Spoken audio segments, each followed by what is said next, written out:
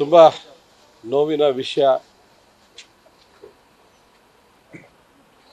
ದ್ವಾರಕೀಶ್ ಅವರು 50 ವರ್ಷಗಳಿಗಿಂತ ಹೆಚ್ಚು ಕನ್ನಡ ಚಲನಚಿತ್ರರಂಗದಲ್ಲಿ ಅನೇಕ ಚಿತ್ರಗಳನ್ನು ನಿರ್ಮಾಣ ಮಾಡಿ ನಟನೆ ಮಾಡಿ ಅನೇಕ ನಾಯಕ ನಟರಿಗೆ ಚಿತ್ರಗಳನ್ನು ಮಾಡಿದಂಥ ಮೇರು ವ್ಯಕ್ತಿ.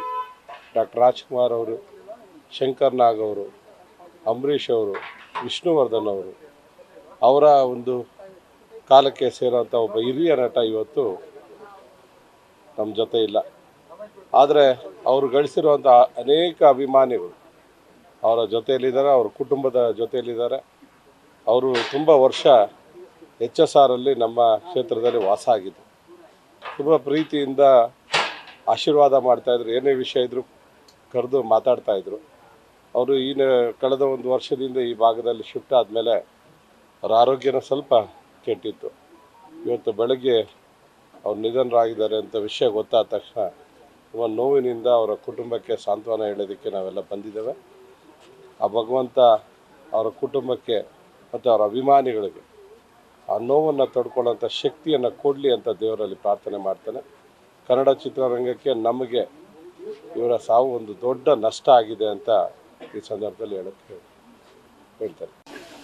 ಸಿನಿಮಾ ಅಂದರೆ ದ್ವಾರಕೀಶ್ವರ್ ಸರ್. ದ್ವಾರಕೀಶ್ ಅಂದರೆ ಸಿನಿಮಾ ಭಾಳ ಅಗಾಧವಾದ ಪ್ರೀತಿ ಸಿನಿಮಾ ಅಂದರೆ. ಆಮೇಲೆ ಯಾರು ಚೆನ್ನಾಗಿ ಮಾಡೋ ಕಲಾವಿದ್ರು ಕಂಡ್ರೆ ಬಾರೋ ಇಲ್ಲಿ ಪುಟ್ಟ ಅಂತ ಕರೆದು ಮಾತಾಡ್ಸೋರು. ಇನ್ಫ್ಯಾಕ್ಟ್ ನನಗೆ ಬನ್ನಿ ಸಿನಿಮಾಗೆ ಅವಾರ್ಡ್ ಬಂದಾಗ, ಸ್ಟೇಟ್ ಅವಾರ್ಡ್ ಬಂದಾಗ ಜೂರಿ ಪ್ಯಾನಲ್ ಹೇಳಿದ್ರು. ನನಗೆ ಚೆನ್ನಾಗಿ ನೆನಪಿದೆ ಸರ್. ಫೋನ್ ಮಾಡಿ ಕನಿಷ್ಠ 6-7 ನಿಮಿಷ ಹತ್ತಿದ್ದಾರೆ ಅವರು. ಪಾತ್ರದ ಬಗ್ಗೆ ಮಾತಾಡಿ 6-7 ನಿಮಿಷ ಕಣ್ಣೀರಿಟ್ಟಿದ್ದಾರೆ. ಆ ಪಾತ್ರದ ಬಗ್ಗೆ ಮಾತಾಡಿದ್ದಾರೆ. ಆಮೇಲೆ ಅವ್ರು ವಿಷ್ಣುವರ್ಧನ ಸಿನಿಮಾದಲ್ಲಿ ನಾನು ಕ್ಯಾಸ್ಟ್ ಮಾಡಿದರು, ಆಯುಷ್ಮಾನ್ ಭಾವದಲ್ಲಿ ಕ್ಯಾಸ್ಟ್ ಮಾಡಿದರು. ಅವ್ರ ಉತ್ಸಾಹ ತುಂಬ ದೊಡ್ಡದು ಸರ್. ಮತ್ತು ಅವ್ರ ಕಣ್ಣಲ್ಲಿ ಸ್ಕ್ರೀನ್ ಮೇಲೆ ನೋಡ್ತಿದ್ದವ್ರು, ಅವ್ರ ಜೊತೆ ಕೆಲಸ ಮಾಡೋದು, ಅವ್ರ ಪ್ರೊಡಕ್ಷನಲ್ಲಿ ಕೆಲಸ ಮಾಡಿರೋದು, ನಮ್ಗೆ ಅವ್ರು ಅನ್ನ ಕೊಟ್ಟಿದ್ದಾರೆ, ಅವಕಾಶ ಕೊಟ್ಟಿದ್ದಾರೆ. ಅವ್ರ ಆತ್ಮಕ್ಕೆ ಶಾಂತಿ ಸಿಗಲಿ, ಅವ್ರ ಕುಟುಂಬಕ್ಕೆ ಅವ್ರನ್ನ ಕಳ್ಕೊಂಡಿರೋ ದುಃಖ ಭರಿಸೋ ಶಕ್ತಿ ಸಿಗಲಿ. ಕನ್ನಡ ಚಿತ್ರರಂಗದಲ್ಲಿ ಇಂಥ ಧೀಮಂತರು ಹೋಗ್ತಿರೋದು ಭಾಳ ದುಃಖ ಸಂಗತಿ. ಅವ್ರು ಇರಬೇಕು ಸರ್, ಮಾರ್ಗದರ್ಶನ ಮಾಡ್ತಾ ಇರಬೇಕು. ಭಾಳ ಬೇಸರ ಅನಿಸುತ್ತೆ. ಇದಕ್ಕಿಂತ ಇನ್ನೂ ಹೆಚ್ಚು ಹೇಳೋದು ಕಷ್ಟ ಆಗುತ್ತೆ sir. Thank you. News first, ನಿರ್ಭೀತಿಯಿಂದ ನಿಮ್ಮ ಪರವಾಗಿ.